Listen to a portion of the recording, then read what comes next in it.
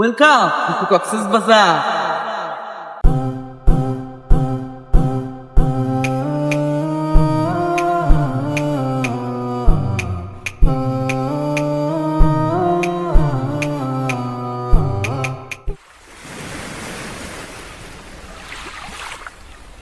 সবাই বলে সময় চলে যায়, কিন্তু কিছু সময় থেকে যায় স্মৃতিতে, থেকে যায় গল্প হয়ে। এই ভিডিও কোনো ট্রাভেল গাইড না, কিছুটা পাগলামি, কিছুটা হাসি, আর কিছু না বলা এক একটা খণ্ডচিত্রের এক একটা না বলা গল্প।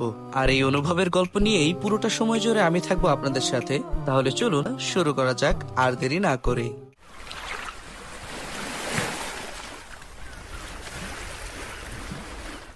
We are now আসসালামু আলাইকুম। কক্সবাজার থেকে আপনাদের সবাইকে ওয়েলকাম করছি। আমি রায়হান। আজকে আমাদের এই গল্পে আপনাদের সবাইকে সাথে রাখবো আমি, রায়হান ইজ হেয়ারের রায়হান। সাথে আছি আমিও। দিনের কিছুটা সময় আমরা সমুদ্রের পাড়ে অতিক্রম করে কাটিয়ে দেই এবং বের হই সন্ধ্যার পরে সি ফুড খাওয়ার উদ্দেশ্যে এবং বিচে কিছুটা সময় কাটাতে। বাকিটা সময় সেখানেই দেখা যাক।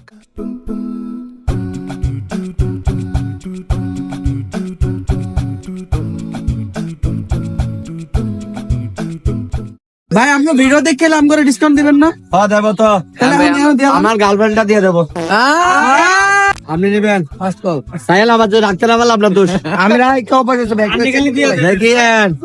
এখানকার গার্লফ্রেন্ড খুবই খারাপ। এই লোকটা মানুষকে বা পাবলিককে বিনোদনের মাধ্যমে তার দোকানে আকৃষ্ট করেন। এটাই মূলত একটা ব্যবসার মূল উদ্দেশ্য হওয়া উচিত, কিছু না কিছু ইউনিক করা। তো চলুন এর পরের ধাপে আমরা চলে যাই।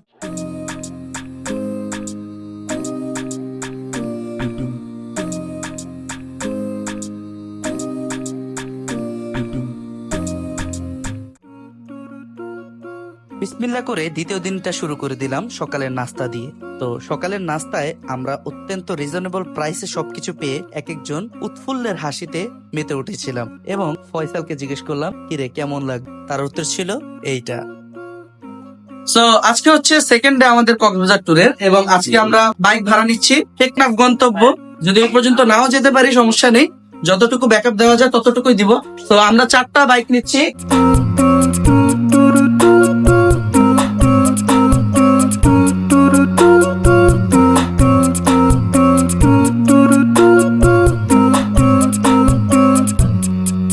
লাগতেছে ভালো। আসছিলাম প্রপার একটা প্ল্যান করে আসছিলাম। প্ল্যান যেটা ছিল 60% বৃষ্টির পানিতে ধুয়ে গেছে। বৃষ্টি পড়তেছে, বৃষ্টি দিয়ে বাইরে গেছি মেরিন মারতে।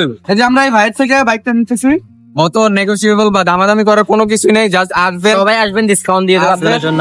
So welcome back. 4টা বাইক নিয়ে চলে আসলাম হচ্ছে বিচের ধারে। তবে এই বিচের নাম কি আমি জানি না। তো এই পাশে পাহাড় আছে আর এই পাশে সমুদ্র, সাথে আমার বন্ধু রাকিব। কি অবস্থা বলো? What do you more want? 300। তো কি অবস্থা সবার? কার অবস্থা কি বলতে পারি না, কিন্তু আমার অবস্থা অনেক প্ল্যান করছি যে এটা করবো এটা করবো, বহুত কিছু করবো, সবগুলা প্রপার ভাবে সাজানো হয়েছে। আমরা 5 তারিখ রাত্রে আসছি, নামার পরে বৃষ্টি বৃষ্টি বৃষ্টি বৃষ্টি।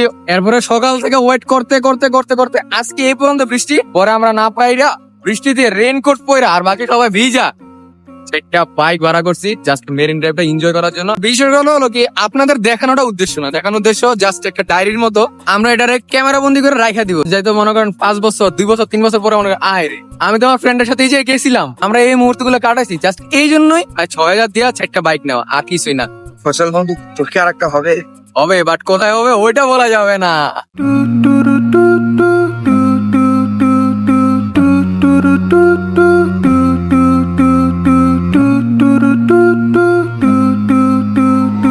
নাচানাচি তো বহুত দেখলেন, চলুন এবার আমাদের পরবর্তী গন্তব্যে আমরা চলে যাই। আমাদের একটাই কষ্ট যে আমরা অনেক ভালো ভালো রাস্তা পার করেছি, ভালো ভালো লোকেশনে গিয়েছি, কিন্তু বৃষ্টির কারণে পর্যাপ্ত পরিমাণ ফুটেজ নিতে পারিনি। আমরা এখন ফানফেস্ট ব্রিজ হিমছড়িতে আছি। এটাই দেখলাম নাম, আমি আসলে যাই না, ভুল হলে মাফ করে দিন। হালকা শীতে ধরে গেছে অলরেডি। বাইক বৃষ্টিটা না থাকলে মারাত্মক মেরিন ড্রাইভ হইতো। শুধুমাত্র আপনাদেরকে ভিডিওর মাধ্যমে এনজয় দেওয়ার জন্য এই যে এখানে প্রত্যেকটা ছেলে ভিজতেছি আমরা।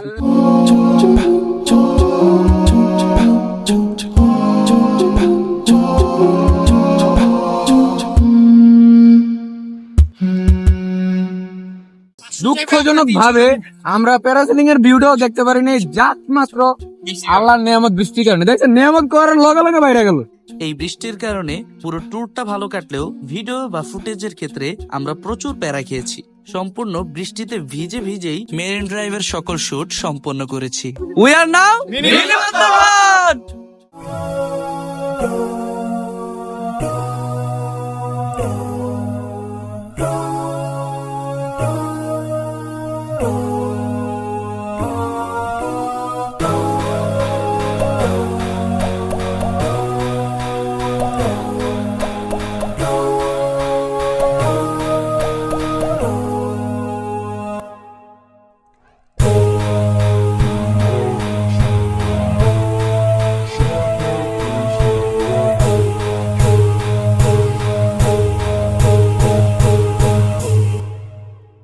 তো আলহামদুলিল্লাহ কলাতলি মোড় থেকে পাটুয়া টেক নাকি যেন নাম এই পর্যন্ত আসছি। প্রত্যেকটা খবর পান রাকিবের অবস্থা তো টাইট, ওর পুরো গলা ভেঙে গেছে, আমারটা মনে হয় হালকা হালকা ভাঙা।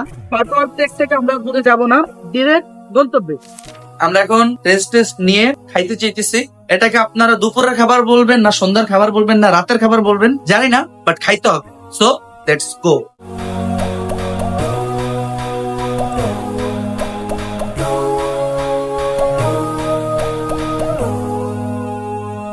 সারাদিন প্রচন্ড ভেজা শরীরেই আমাদের থাকতে হয়েছিল। তো বাসায় এসে শরীর গরম করে আমরা ডিরেক্ট রাতের খাবার খেয়ে আমি, ফয়সাল আর ওর ছোট ভাই বিচের সাইডে চলে যাই টুকটাক কেনাকাটা করার জন্য। হিউজ প্রাইস এক একটা প্রোডাক্টের। সবকিছু কেনার আগে অবশ্যই দামাদামি করে নেবেন।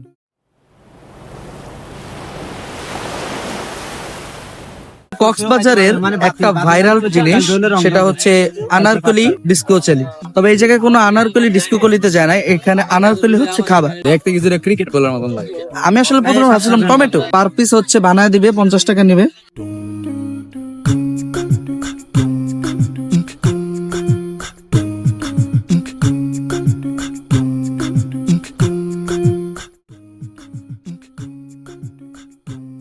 আজকে হচ্ছে 8 তারিখ আমাদের লাস্ট ডেট, এবং আজকে আমরা হচ্ছে এই জায়গা থেকে চেক আউট করবো। আপনারা কি গেস করতে পারেন এখন কয়টা বাজে? এখন বাজে হচ্ছে সকাল 5:45। এখন চলে আসলাম হচ্ছে কলাতলি সি বিচে। আমি 2019 সালে লাস্ট এসেছিলাম হচ্ছে কক্সবাজারে আমার ফ্যামিলির সাথে, আর এখন 2025 সালে আবারও।